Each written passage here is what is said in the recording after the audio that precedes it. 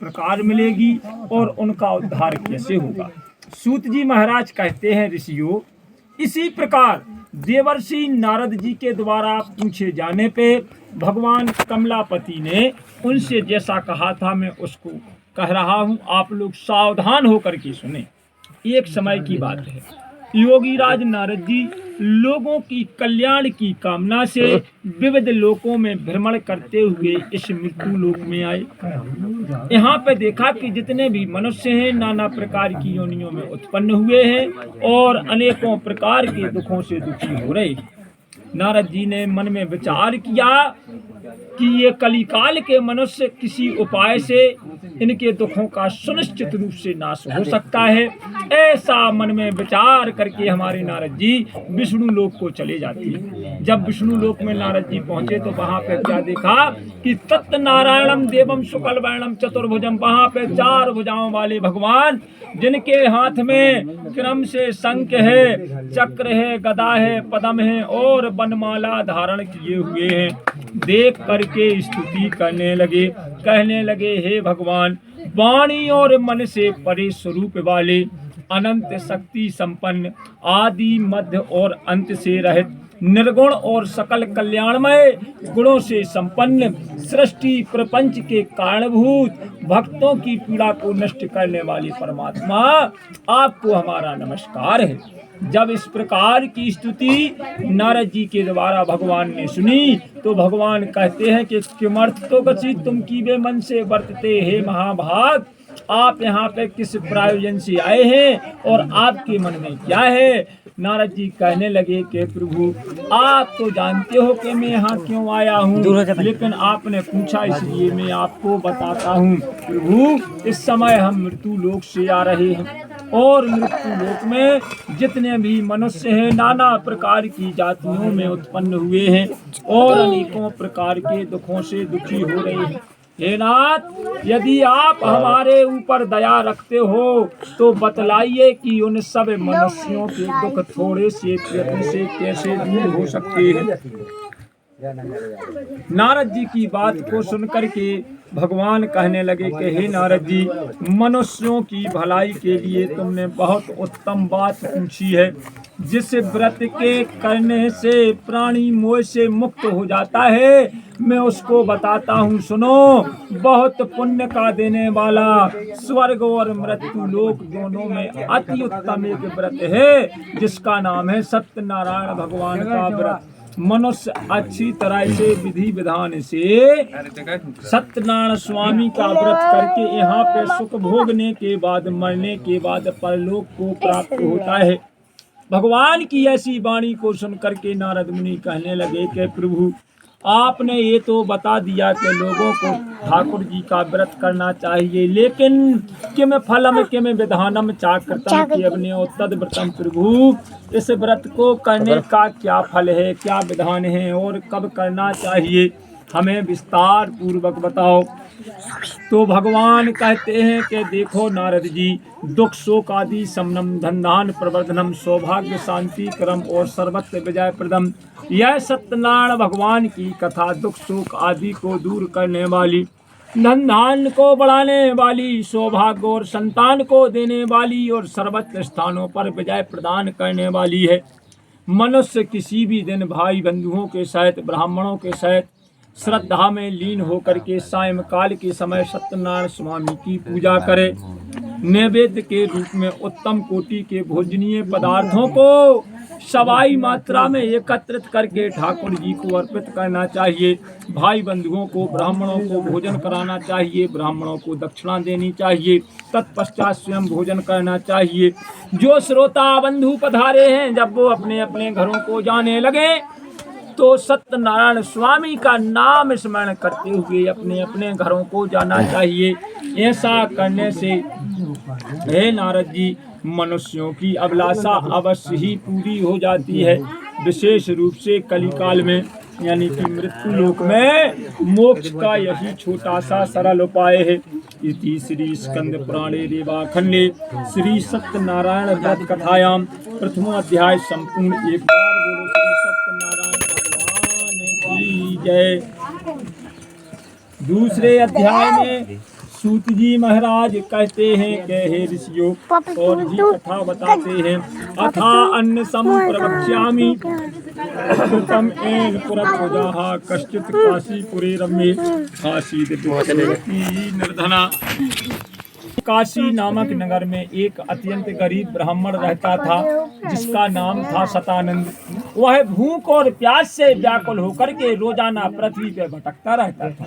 एक दिन हमारे ठाकुर जी ने सोचा कि आज तो सतानंद महाराज के पास जाना है, और बूढ़े ब्राह्मण का रूप धारण करके हमारे ठाकुर जी सतानंद महाराज के पास आ गए और पूछ लिया कि हे विप्र देवता, आप अत्यंत दुखी होकर के पृथ्वी पे किस लिए भ्रमण करते रहते हो, मुझे बताओ, मैं सुनना चाहता हूँ। तो सतानंद ने हाथ जोड़े और कहा कि हे प्रभु, ब्राह्मणोवती दरिद्रो अहम भिक्षार्थे उपायम यदि जानसी कृपया कथम। प्रभु बोले, मैं दरिद्र ब्राह्मण हूँ और भिक्षा मांगने के लिए पृथ्वी पे घूमा करता हूँ। मेरी इस दरिद्रता को दूर करने का यदि आप कोई उपाय जानते हो तो मुझे बताओ। तो जो बूढ़े ब्राह्मण के रूप में हमारे ठाकुर जी थे, वे कहने लगे कि सुनो सतानंद, भगवान विष्णु अभीष्ट फल को देने वाले हैं, इसलिए तुम उनका उत्तम व्रत करो, जिसके करने से तुम्हारे सारे दुख दरिद्र दूर हो जाएंगे, सारे दुख दूर हो जाएंगे। और पूरा विधि का विधान बता करके बूढ़े ब्राह्मण का रूप धरने वाले ठाकुर जी अंतर ध्यान हो गए। इधर सतानंद महाराज को रात्रि भर निद्रा नहीं आई। तदंतर प्रातः काल उठ करके मन में संकल्प किया कि आज गांव में भिक्षा मांगने से जो कुछ धन मिलेगा, उस धन से हम ठाकुर जी की अति उत्तम कथा करेंगे। ऐसा मन में विचार करके वह बूढ़ा ब्राह्मण भिक्षा मांगने के लिए चला, और उस दिन उसको भिक्षा में बहुत सा धन धान प्राप्त हो गया। उसने भाई बंधुओं को बुला करके, ब्राह्मणों को बुला करके ठाकुर जी का व्रत किया, और उस व्रत के प्रभाव से सज्जनों वह बूढ़ा ब्राह्मण धन पुत्र आदि से युक्त हो गया और हर महीने ठाकुर जी की कथा करने लगा। एक दिन की बात है कि सतानंद महाराज अपने घर में ठाकुर जी की कथा कर रहे थे। उसी समय जंगल से एक लकड़हारा आया और उसने लकड़ियों का गट्ठर दरवाजे में रखा। सतानंद महाराज की कुटिया में गया, महाराज को नमस्कार किया और पूछ लिया कि हे विप्र देवता, आप अत्यंत भक्ति भाव से ये क्या कर रहे हैं और इसके करने से किस फल की प्राप्ति होती है। तो सतानंद कहने लगे कि हे लकड़हारे, आज हमारे घर में ठाकुर जी की कथा की तैयारी हो रही है और इन्हीं की कृपा से हमारे यहाँ पे महान धन धान आदि प्राप्त हुआ है। लकड़हारा बैठ गया, उसने जल ग्रहण किया, पूरा विधि विधान सुना, ठाकुर जी का चरणामृत लिया, प्रसाद लिया और मन में संकल्प किया कि आज गांव में लकड़ी बेचने से जो कुछ धन मिलेगा, उसी धन से हम ठाकुर जी की अति उत्तम कथा करेंगे। और सिर पे लकड़ियों का गट्ठर रख के आज वो ऐसे सुंदर नगर में गया जहाँ पे धन संपन्न लोग निवास करते थे, और उस लकड़हारे को पहले दिनों से 4 गुना ज्यादा दाम प्राप्त हो गया। उसने बाजार जाकर के पके केले की फली, शर्करा, घी, दूध, गेहूं का चूर्ण, नाना प्रकार की सामग्रियों को लेकर के अपने घर आया और उसने भाई बंधुओं को बुला करके विधि विधान के साथ ठाकुर जी की कथा करी। और उस कथा के प्रभाव से सज्जनों वो लकड़हारा भी नाना प्रकार के सुख भोग करके अंत में सत्यपुर यानी कि वैकुंठ धाम को चला गया। इति श्री स्कंद पुराणे देवाखंडे श्री सत्यनारायण व्रत कथायाम द्वितीय अध्याय संपूर्ण। एक बार बोलो श्री सत्यनारायण भगवान। केंद्रीय सत्यवादी बुद्धिमान थे, गरीब लोगों को धन दे करके उनके कष्ट दूर करते थे, और उनकी पत्नी भी कमल के समान मुख वाली सती साध्वी थी। एक दिन राजा रानी दोनों भद्रशिला नदी के किनारे पर ठाकुर जी की कथा कर रहे थे। उसी समय व्यापार करने के लिए नाना प्रकार की धनराशि लेकर के एक साधु नाम का वणिक नाव से वहां पे आया और उसने नाव को किनारे पर ठहरा दिया। राजा के समीप गया और पूछने लगा कि हे राजन, आप ये क्या कर रहे हैं और इसके करने से किस फल की प्राप्ति होती है। राजा कहते हैं कि हे बानिया, हमारे घर में संतान नहीं है और संतान प्राप्ति की कामना से हम ठाकुर जी की कथा कर रहे हैं।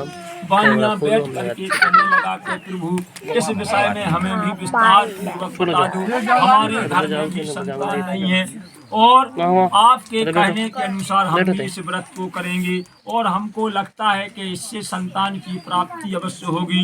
बानिया ने पूरा विधि विधान सुना और चरणामृत प्रसाद लेकर के अपने घर गया और अपनी पत्नी से कहा कि देवी, आज हम एक ऐसे व्रत का समाचार सुन करके आए हैं जिससे अपने घर में संतान की उत्पत्ति हो जाएगी। सेठानी पूछने लगी, महाराज कौन सा व्रत है? बोले सत्यनारायण स्वामी का व्रत। अरे तो बोले अभी करो स्वामी जिससे संतान हो जाए। सेठ जी कहने लगे, देवी पता नहीं वो राजा अपनी रानी को जंगल में लिए क्या कर रहा था, नदी में लिए।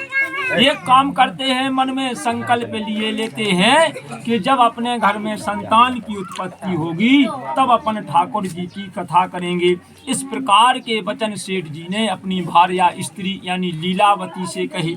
ये कस्मिन् दिवसे तस्य भार्या लीलावती सती। एक दिन की बात है कि सेठ जी की जो भार्या है वो गर्भवती हो गई और 10वें महीने में उसके यहाँ पे एक सुंदर कन्या का जन्म हुआ। वह कन्या सदिनों दिन प्रतिदिन ऐसे बढ़ने लगी जैसे शुक्ल पक्ष का चंद्रमा बढ़ता है। चंद्रमा की कलाओं के साथ बढ़ने लगी, इसलिए कन्या का नाम कलावती रखा।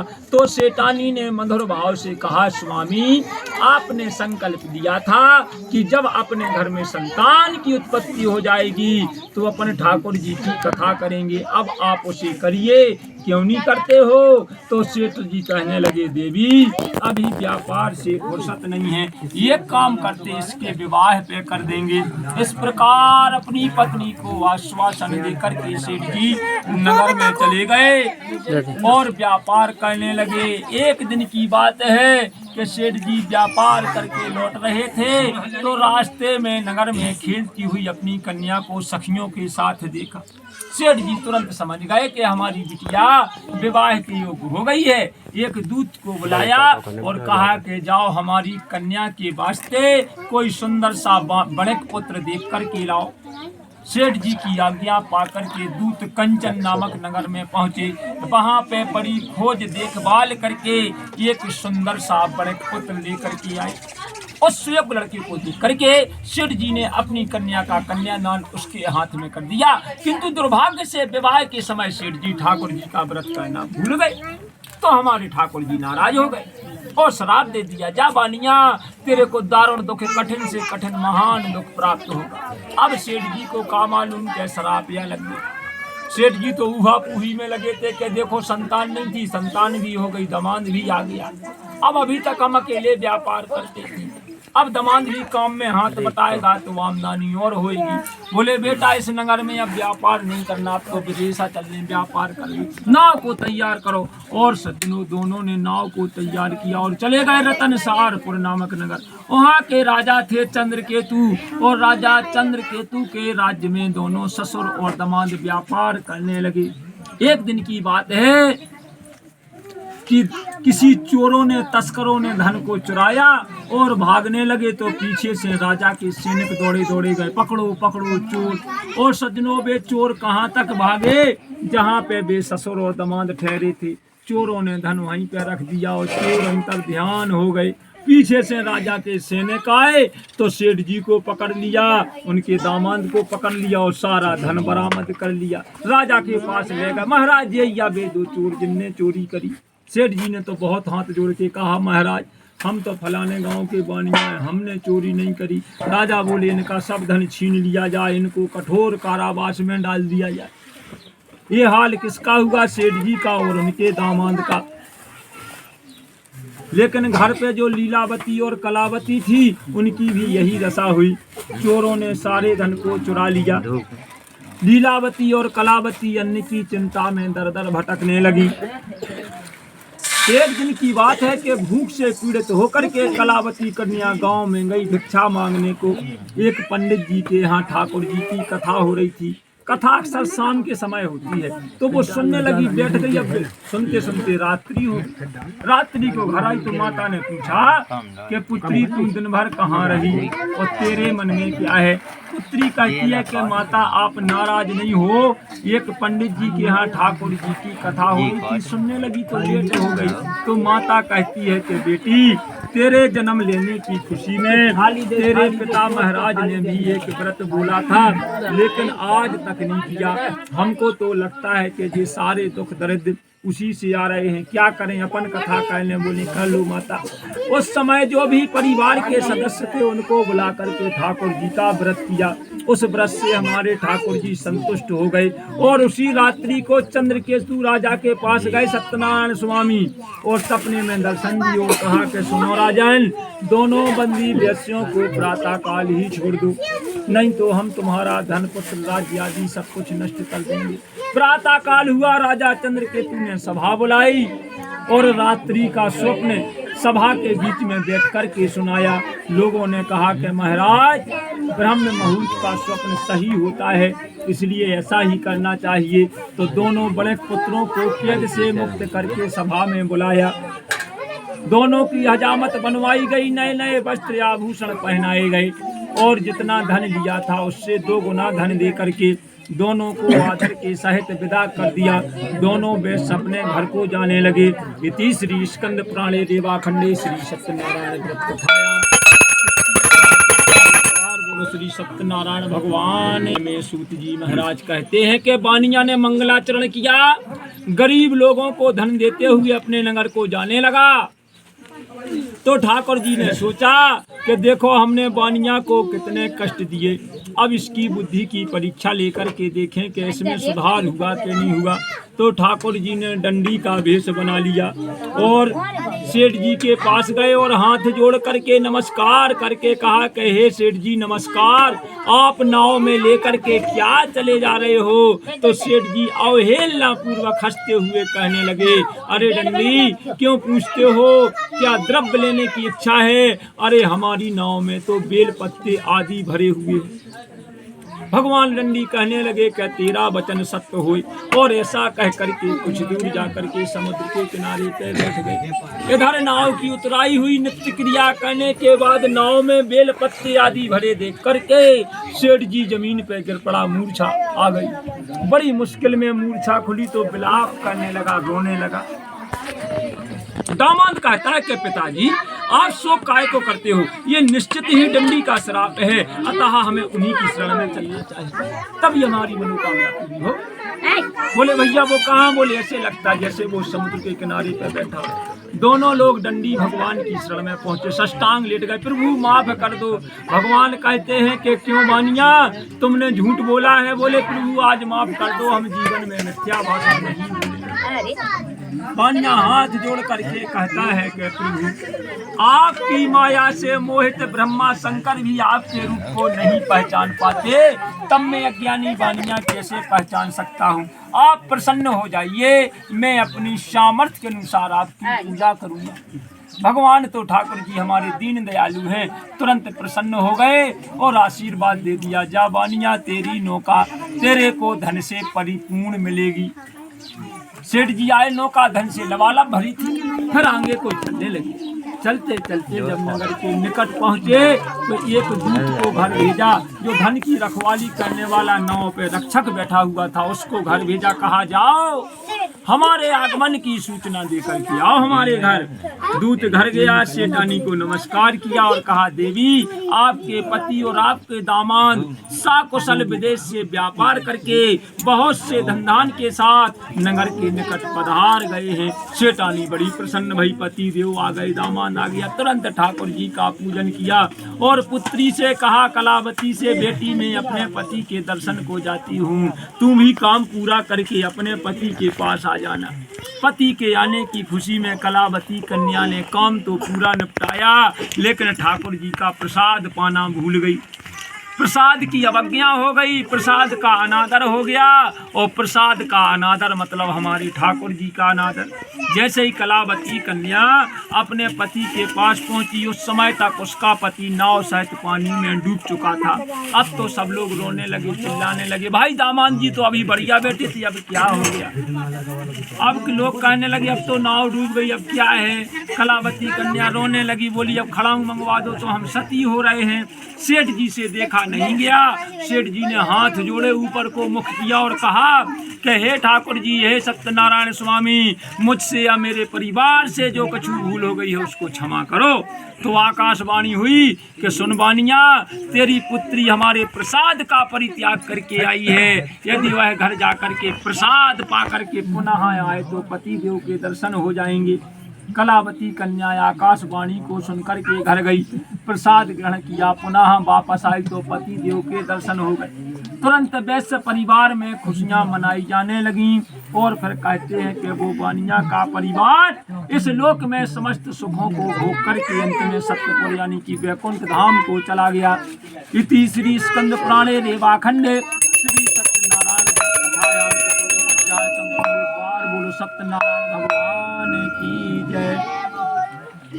5वें अध्याय में सूत जी महाराज कहते हैं कि हे ऋषियों, और भी कथा बताते हैं। अथान्य संप्रवक्ष्यामि श्रुत्वा मुनि आसीत तुंगध्वजो राजा नाम प्रजा पालन तत्परा। एक और राजा थे जिनका नाम था तुंगध्वज। एक बार वन में गए शिकार खेलने के लिए, नाना प्रकार के निर्दोष जीव जंतुओं को मारा, लौट करके आ रहे थे। रास्ते में मिलता था एक बरगद का वृक्ष, और उस बरगद के वृक्ष के नीचे कछु गोप ग्वाल ठाकुर जी की कथा कर रहे थे। राजा ने देख लिया, अभिमान बस वहां नहीं गए, न नमस्कार किया। गोप ग्वालों ने कहा प्रसाद ले लो। बोले हम तुम्हारा प्रसाद ग्रहण नहीं करते। और राजा अपनी नगरी को चले गए। उस जब तक राजा की नगरी जल करके राख हो चुकी थी और राजा के 100 पुत्र थे वो मर चुके थे। राजा तुरंत समझ गए कि हमने रास्ते में ठाकुर जी का अनादर किया है, इसलिए हमारी ये दशा हुई है। राजा पुनः विश्वास करके उसी स्थान पर पहुंचे जहाँ पे वो कथा हो रही थी। लेकिन जब तक गोप ग्वाल खा पी के अपने अपने घरों को जा चुके थे। राजा ने चारों तरफ देखा लेकिन कुछ दिखाई नहीं दिया, केवल जूठे दोना पत्थर जरूर पड़े थे। राजा ने उन्हीं को उठाया, उसमें जो अन्न के दाने लगे हुए थे उनको प्रसाद समझ करके पाया, ठाकुर जी से क्षमा प्रार्थना मांगी, वापस अपनी नगरी को गए। तो राजा की नगरी जैसी हरी भरी थी, राजा को वैसी ही मिली। और राजा इस लोक में समस्त सुखों को भोग करके वैकुंठ धाम को चले गए। सूत जी महाराज कहते हैं कि जो व्यक्ति इस परम दुर्लभ सत्यनारायण भगवान के व्रत को करता है, पुण्यमयी फलप्रदायिनी भगवान की कथा को भक्ति युक्त होकर के सुनता है, उसे भगवान की कृपा से धन धान आदि की प्राप्ति होती है।